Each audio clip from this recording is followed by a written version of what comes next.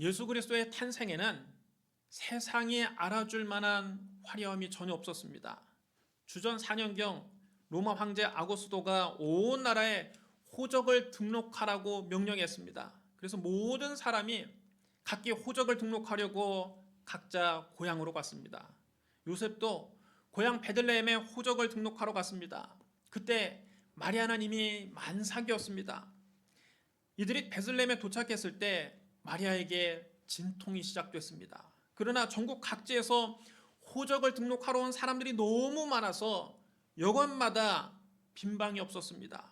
그들은 할 수 없이 마국간에서 아기를 출산했습니다. 그리고 태어난 아기를 구유에 누였습니다. 하나님 아들이 이처럼 초라하게 이 세상에 오셨습니다. 만왕의 왕 만주의 주가 이 세상에 오셨지만 그의 탄생을 기뻐하는 왕이나 귀족은 없었습니다. 구주의 탄생은 오히려 낮고 천한 사람들에게 알려졌습니다. 그 지역의 목자들이 밤에 자기 양떼들을 지키고 있었는데 주의 천사가 그들 곁에 서고 주의 영광의 광채가 그들 주변에 비치었습니다. 목자들이 두려워하자 천사가 그들에게 말했습니다. 무서워하지 말라. 보라, 내가 온 백성에게 미칠 큰 기쁨의 좋은 소식을 너희에게 전하노라. 오늘 다윗의 동네에 너희를 위하여 구주가 나셨으니 곧 그리스도 주시니라. 너희가 가서 강보에 쌓여 구유에 누워 있는 아기를 보리니 이것이 너희에게 표적이니라. 그때 호련히 수많은 천군이 나타나서 그 천사들과 함께 하나님을 찬송하기 시작했습니다. 지극히 높은 곳에서는 하나님께 영광이요 땅에서는 하나님이 기뻐하신 사람들 중에 평화로다. 천사들이 떠나서 하늘로 올라간 뒤에 목자들이 서로 말했습니다. 자, 어서 베들레헴으로 가서 주님이 우리에게 알려주신 일을 보자. 그들이 달려가 봤더니 갓난아기가 정말 말구유에 누워 있고 마리아와 요셉도 함께 있었습니다. 목자들이 천사들에게 들은 말을 그들에게 전해주자 듣는 사람이 다 놀랐습니다. 하지만 마리아는 이 모든 말을 마음에 깊이 새겨 생각했습니다. 이렇게 예수님의 탄생은 그 동네의 목자들에게 가장 먼저 알려졌습니다. 그리스도의 탄생은 화려하거나 요란하지 않았습니다. 주님의 탄생은 고요한 밤, 거룩한 밤에 초라하게 이루어졌습니다. 그러나 예수님의 탄생은 인류 역사를 변화시키는 놀라운 사건입니다. 하나님의 아들이 인간이 되신 사건입니다. 세계사는 예수님의 탄생을 기준으로 BC와 AD로 나뉩니다. 오늘날 예수님을 믿는 사람이나 믿지 않는 사람이나 다 예수님의 탄생을 기준으로 연도를 삼습니다. 올해가 2025년인데 여러분 무슨 뜻입니까? 예수님 나신 지 2025년 됐다는 뜻입니다. 어떻게 예수 그리스도의 탄생이 이렇게 전 인류에게 영향을 미치는 놀라운 사건이 됐습니까? 그 이유가 어디 있습니까? 천군 천사들이 노래한 것처럼 예수님의 탄생은 지극히 높은 곳에서는 하나님께 영광이요 땅에서는 하나님이 기뻐하신 사람들 중에 평화이기 때문입니다. 예수님의 탄생은 하늘과 땅 모두에게 큰 기쁨의 좋은 소식입니다. 먼저 예수님의 탄생은 지극히 높은 곳에서 하나님께 영광이 됩니다. 만약 예수님의 탄생이 하나님께 영광이 되지 않았다면 그의 탄생은 한낱 평범한 한 아기의 탄생에 불과했을 것입니다. 그것은 2000년 전에 이미 잊혀져 버리고만 사건이 되었을 것입니다. 그러나 예수님은 하나님의 아들이시기 때문에 그의 탄생이 온 인류에게 지대한 영향을 줬습니다. 예수님의 탄생은 어떻게 하나님께 영광이 됐습니까? 여러분, 사람이 언제 영광을 느낍니까? 여러분이 언제 큰 영광을 느낍니까? 꿈이 성취됐을 때 영광을 느낍니다. 일을 성공시켰을 때 마음에 큰 보람이 되고 영광이 되는 것입니다. 그리스도의 탄생은 하나님의 꿈이 성취된 사건이기 때문에 하나님께 영광이 되는 것입니다. 하나님은 하나님의 형상과 모양대로 아담과 하와를 지으시고 에덴 동산에 살게 하셨습니다. 사람과 교제하신 하나님의 기쁨은 끝이 없었습니다. 하나님께서 주신 모든 피조물 가운데 하나님과 교제를 나눌 수 있는 것은 오직 하나님의 형상과 모양대로 지음을 받은 사람뿐이었습니다. 그런 아담과 하와가 마귀의 꼬임에 빠져서 하나님을 반역하고 타락했을 때 하나님의 슬픔 또한 끝이 없었습니다. 하지만 하나님은 여자의 후손을 통해 마귀를 멸하실 것을 예언하셨습니다. 창세기 3장 15절에 보면 하나님께서 뱀에게 하신 말씀이 나옵니다. 사탄에게 하신 말씀이 나옵니다. 내가 너로 여자와 원수가 되게 하고 네 후손도 여자의 후손과 원수가 되게 하리니 여자의 후손은 네 머리를 상하게 할 것이요 너는 그의 발꿈치를 상하게 할 것이니라. 장차 여자의 후손이 인류의 구원자로 와서 사탄의 머리를 깨뜨릴 거라는 말씀입니다. 이는 동정녀의 몸에 성령으로 잉태되어 나신 예수 그리스도께서 십자가에서 사탄에게 결정적인 승리를 거둘 것을 예언한 말씀입니다. 반면에 사탄은 그의 발꿈치만 상하게 하는 정도에 머물 거라 하셨습니다. 왜냐하면 예수님은 십자가에서 죽으실 것이나 3일 만에 죽음을 이기고 부활하실 것이기 때문입니다. 예수 그리스도를 통해 인류를 구원하시려는 하나님의 꿈이 벌써 창세기부터 기록되어 있습니다. 아담과 하와가 타락한 직후부터 하나님의 꿈은 독생자 예수 그리스도를 보내 인류를 구원하시는 것이었습니다. 하나님은 사람들이 하나님의 자녀의 지위를 회복하고 다시 하나님과 친밀하게 교제를 나누는 것을 꿈꾸셨습니다. 그런데 2000년 전 예수님께서 이 땅에 탄생하심으로 하나님의 꿈이 이루어진 것입니다. 그때 하나님이 큰 영광을 받으셨습니다. 그러므로 예수님의 탄생은 하나님께 큰 영광을 드리는 사건입니다. 또 예수님의 탄생은 하나님의 성공을 나타냅니다. 마귀는 어찌하든지 예수님의 탄생을 막으려고 안간힘을 썼습니다.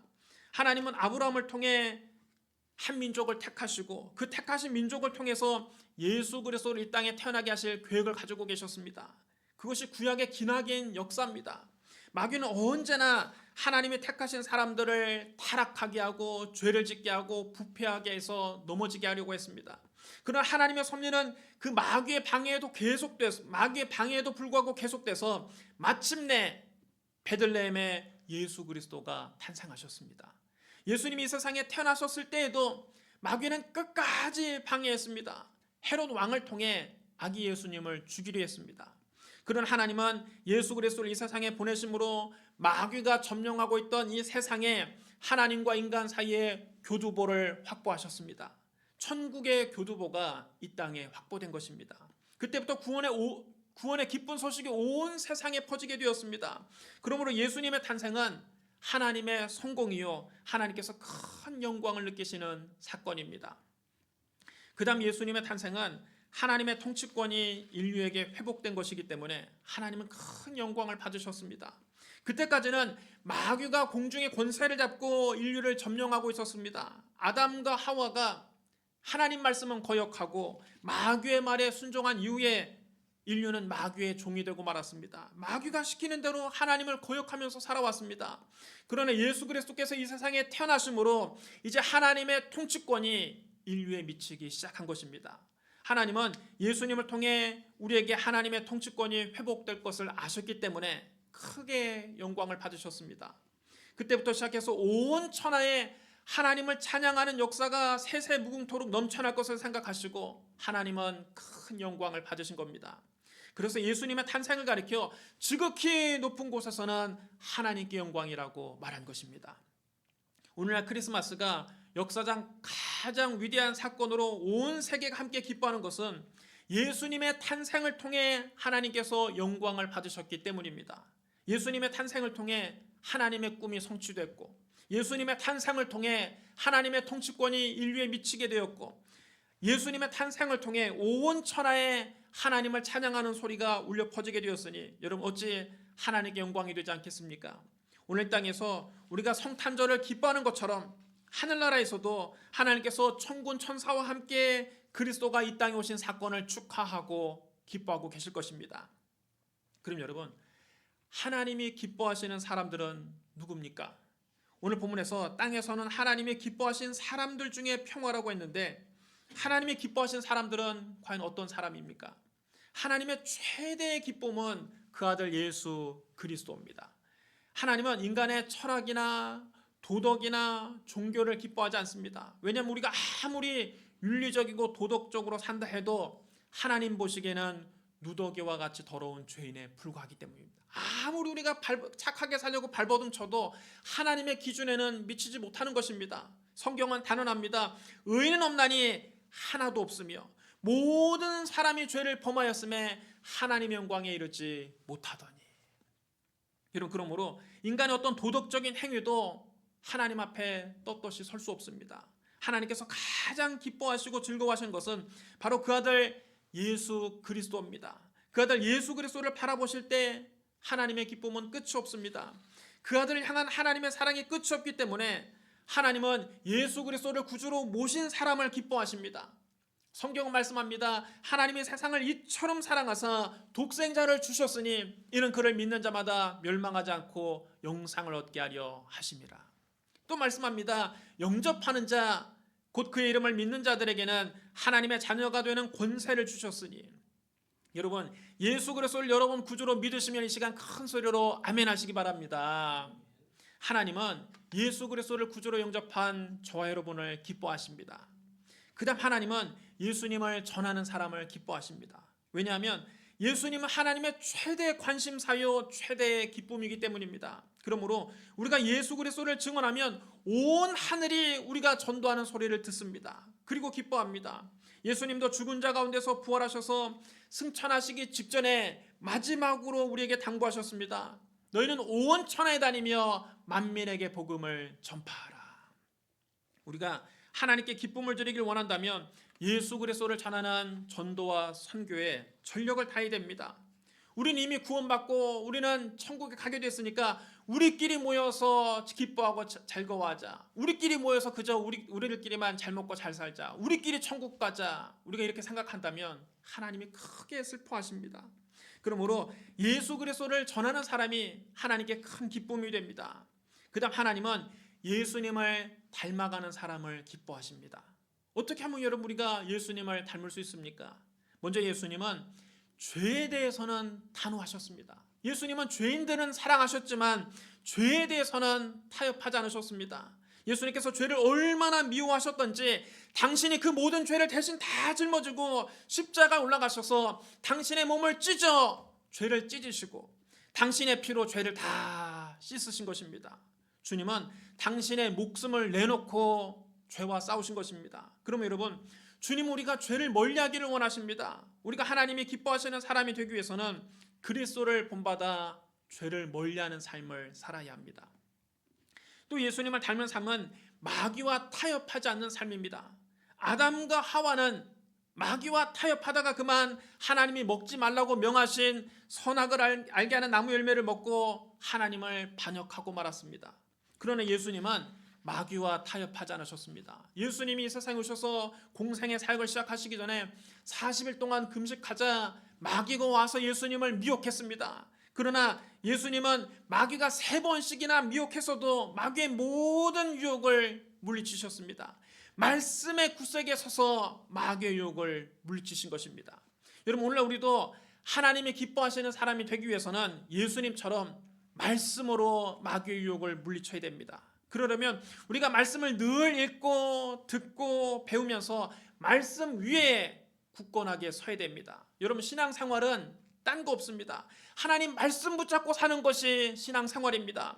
신앙생활은 어떤 행사에 참여하는 것이 아닙니다. 어떤 프로그램에 참여하는 것이 아닙니다. 하나님 말씀 붙잡고 사는 것이 신앙생활입니다. 하나님 말씀을 붙잡고 시험을 이겨가면서 천성을 향해 한 걸음 한 걸음 나아가는 것입니다. 그것이 바로 철로 역정이요, 그것이 바로 신앙생활입니다. 그럼 여러분, 매일매일 말씀을 읽고 듣고 묵상하고 말씀을 믿고 말씀을 의지하고 나아가시기를 주님의 이름으로 축복합니다. 나가서 하나님이 기뻐하시는 사람들은 천국을 소망하며 삽니다. 우리가 구원받은 것은 이 흑암의 권세에서 건져냄을 받아 하나님의 사랑의 아들 나라로 가기 위해서입니다. 예수님께서 이 세상에 오신 것도 우리를 멸망에서 건져내서 하나님이 예비하신 새하늘과 새 땅으로 옮기기 위해서입니다. 그러므로 우리가 하나님이 기뻐하시는 사람이 되기 위해서는 우리의 삶의 목표를 언제나 저 높은 곳에 둬야 합니다. 이 땅의 썩어질 것에 집착하지 말고 저 영원한 천국을 소망하며 사는 저와 여러분 되시기를 주님의 이름으로 축원합니다. 그 다음 예수님의 탄생은 우리에게 평화의 선물이 됩니다. 천국과 천사들은 이렇게 찬송했습니다. 땅에서는 하나님이 기뻐하신 사람들 중에 평화로다. 예수님의 탄생은 평화의 선물입니다. 예수님께서 우리에게 주시는 평화는 먼저 하나님 앞에서의 평화입니다. 우리가 예수 믿기 전에는 하나님과 원수된 삶을 살았습니다. 하나님을 멀리하고 세상과 버타며 살았습니다. 하나님을 멀리하는 삶은 마치 부모를 잃은 고아와 같은 삶입니다. 그래서 이 세상에 의지할 데가 없어서 늘 마음이 외롭고 고독하고 쓸쓸한 것입니다. 여러분, 세상 사람들이 신살탄할 때 늘 하는 말이 있습니다. 이 세상 어디에도 마음 둘 데가 없다. 여러분, 하나님 없는 삶은 이 세상 어디에도 마음 둘 데가 없습니다. 인생의 위기를 만났을 때 의지할 데가 없습니다. 그러나 우리가 예수 그리스도를 통해 하나님과 화목을 이루면 하나님은 우리의 아버지가 되시고 우리는 하나님의 자녀가 됩니다. 우리는 하나님을 아빠, 아버지로 부를 수 있습니다. 우리는 하나님과 평화를 누립니다. 우리는 하나님과 교제하고 하나님을 의지할 수 있습니다. 하나님이 우리 아버지가 되시면 여러분, 세상에 이보다 더 든든한 뒷바가 여러분 어디 있습니까? 예수님을 구주로 믿고 하나님을 아버지로 모시고 사는 삶처럼 마음 든든한 일은 없습니다. 더는 세상 어디에도 마음 둘 데가 없는 고독한 인생을 살지 마십시오. 이제부터 여러분 마음을 예수님께 두고 하나님을 아버지로 모시고 마음 든든한 인생을 사시기를 주님의 이름으로 축복합니다. 그 다음 예수님은 우리에게 양심의 평화를 주십니다. 우리는 죄책감에 몸부림치며 괴로워했습니다. 부모는 자식에게, 자식은 부모에게 죄책감을 가지고 있습니다. 뿌리 깊은 죄책감을 가지고 있습니다. 자식을 볼 때마다 못해준 것 때문에 여러분 늘 미안하지요. 여러분, 자식들은 또 부모를 볼 때마다 늘 죄송합니다. 남편은 아내에게, 아내는 남편에게 죄책감을 가지고 있습니다. 여러분, 자기 남편에게 하나도 미안한 마음이 없는 그런 아내는 없을 것입니다. 자기 아내에게 하나도 미안한 마음이 없는 그런 남편도 없을 것입니다. 현대인의 마음속에 가장 뿌리 깊은 문제가 바로 이 죄책감입니다. 이 죄책감 때문에 많은 정신적인 고통이 찾아오고 정신적인 병이 찾아오는 것입니다. 이 죄의 문제를 누가 해결해 줄 수 있습니까? 이 세상 어느 누구도 나의 죄의 문제를 해결해 주지 못합니다. 그러나 예수님이 오셔서 나의 모든 죄를 당신이 대신 짊어지고 십자가 위에 올라가셨습니다. 그리고 나 대신 예수님의 십자가에서 몸을 찢고 피를 흘려 죽으셨습니다. 본래 그 십자가는 내가 짊어져야 될 사형틀입니다. 본래 그 십자가는 내가 죽어야 될 자리입니다.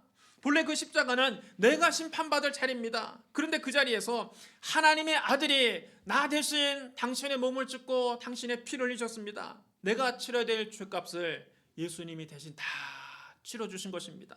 예수님이 십자가에서 다 이루었다 말씀하시고 숨지실 때 내 속에 뿌리 깊은 그 죄의 뿌리가 다 해결되고 만 것입니다. 그러므로 이제 우리는 그리스도 안에서 죄에서 자유를 얻었습니다. 그 다음 예수 그리스도를 통해 염려와 근심으로부터 평화를 얻게 됩니다. 예수님은 우리에게 두 팔을 활짝 여시며 말씀하십니다. 수고하고 무거운 짐진 자들아 다 내게로 오라. 내가 너희를 쉬게 하리라. 여러분 따라하셔랍니다. 수고하고 무거운 짐진 자들아 다 내게로 오라. 내가 너희를 쉬게 하리라. 여러분, 여러분의 수고하고 무거운 짐을 다 예수님께 내려놓으십시오. 염려와 근심을 예수님 십자가 밑에 내려놓으면 마음이 얼마나 평안한지 모릅니다. 우리 마음속에 염려와 근심이 있는 것은, 우리 마음속에 불안이 있는 것은 그 수고하고 무거운 짐을 그리스도 앞에 내려놓지 않았기 때문입니다. 성경 말씀합니다. 내 짐을 여호와께 맡기라. 너를 붙드시고 의인의 요동함을 영영이 허락하지 아니하시리로다. 날마다 우리의 짐을 지시는 주 곧 우리 구원이신 하나님을 찬송할지로다.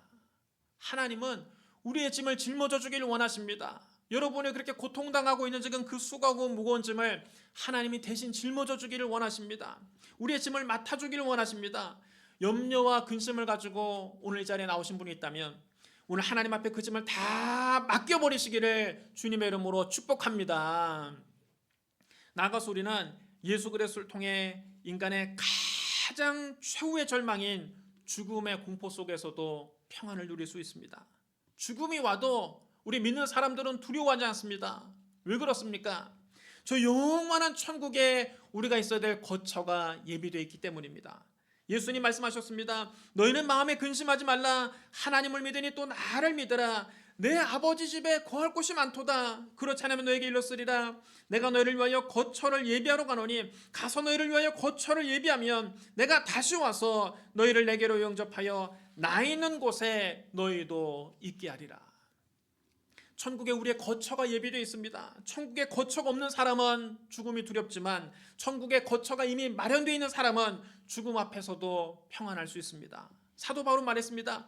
만일 땅에 있는 우리의 장막집이 무너지면 하나님께서 지으신 집, 곧 손으로 지으신 것이 아니요 딱 하늘에 있는 영원한 집이 우리에게 있는 줄 아느니라. 우리 육신은 흙으로 지은 흙집에 불과합니다. 세월이 가면 늙고 병들고 쇠약해집니다. 누구도 여러분 예외 없습니다. 재벌도 예외 없습니다. 권력자도 예외 없습니다. 황제도 예외 없습니다. 세월 가면 세월 앞에 장사 없습니다. 다 늙고 병들고 쇠약해집니다. 언젠가는 이 흙집이 무너집니다. 그래도 우리는 걱정할 필요가 없습니다. 하늘에 있는 영원한 집이 우리에게 있기 때문입니다. 그때 우리는 눈물도 없고 사망도 없고 애통하는 것도 없고 곡하는 것도 없고 아픈 것도 없는 곳에서 주님과 함께 영원히 평화롭게 살 것입니다.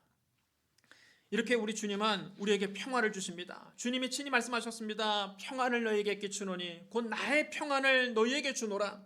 내가 너희에게 주는 것은 세상이 주는 것과 같지 아니하니라. 너희는 마음에 근심하지도 말고 두려워하지도 말라. 사랑하는 성도 여러분, 크리스마스는 이 땅에서만 축제가 아니라 저 하늘에서도 축제입니다. 예수님의 탄생은 지극히 높으신 하나님께 영광을 돌리는 하늘의 축제요, 불안에 떨고 있는 인간에게 평화를 가져다 준 인류의 축제입니다. 오늘 여러분 마음문을 활짝 열고 아기 예수님을 여러분 영혼 깊은 곳에 모셔드리기를 주님의 이름으로 축복합니다. 우리 기도하겠습니다.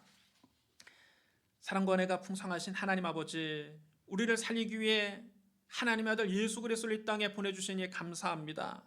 성탄절을 맞아 아기 예수님의 탄생을 기뻐하고 경배합니다.